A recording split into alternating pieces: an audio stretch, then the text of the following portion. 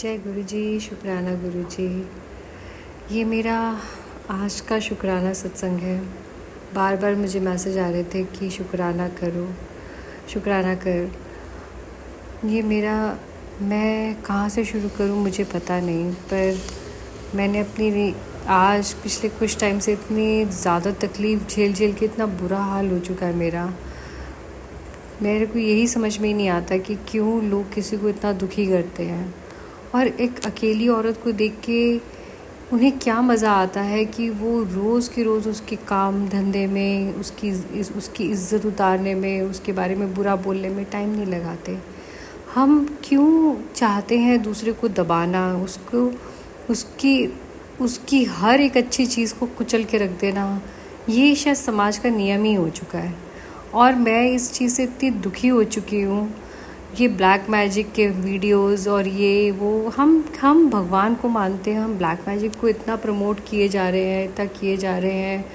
और मुझे ये समझ में ही नहीं आता है कि कोई ऐसा कानून क्यों नहीं आता कि जिसमें इन तांत्रिकों को और इस पंडितों को इतनी ज़बरदस्त पिटाई हो, इनकी इतनी ज़बरदस्त पिटाई हो, जो इस तरीके से पैसे ले के लोगों की लाइफ को, लोगों के घरों को बर्बाद किए जा रहे हैं। उल जलूल प्रेडिक्शंस करते हैं, लोगों को कुछ होता नहीं फिर भी उनके दिमाग में ह्यूमन साइकोलॉजी के साथ खेल रहे हैं, ह्यूमन इमोशंस के साथ खेल रहे हैं।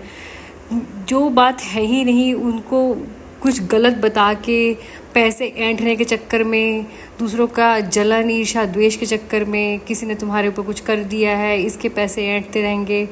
मतलब हम क्या रहे हैं हम किस समाज की तरफ जा रहे हैं? और हम क्या ऐसे समाज में रहेंगे जहाँ पर इस तरीके की बातें होंगी और इस तरीके के लोगों के साथ हमें डील करना पड़ेगा?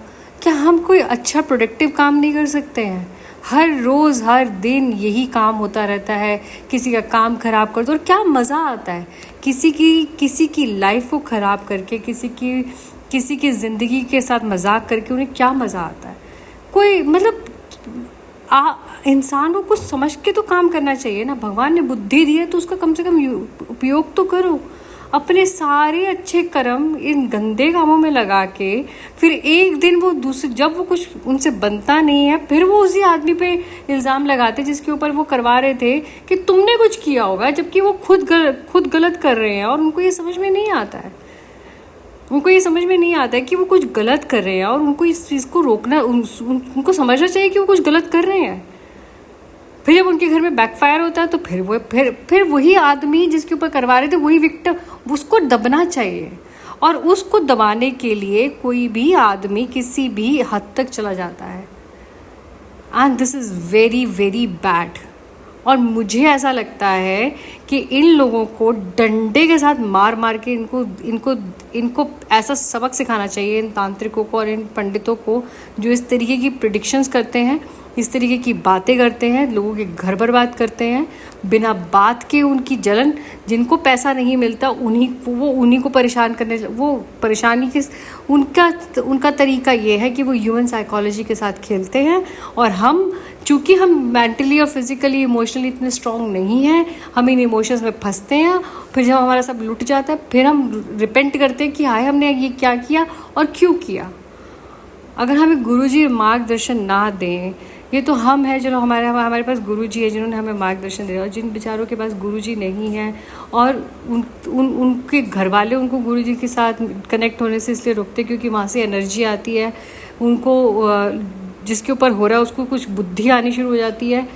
ऐसे लोगों हम किस समाज में जा रहे हैं? हम क्या रहे हैं?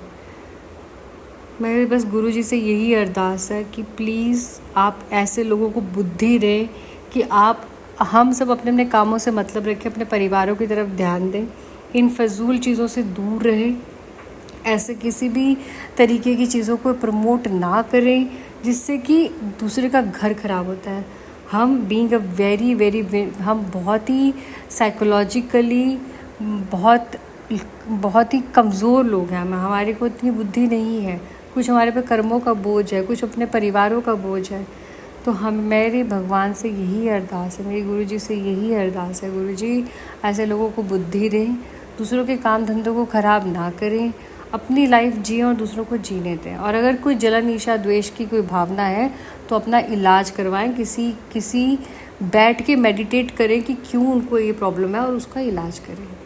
शुक्राना गुरुजी, अनंतम अनंतम शुक्राना।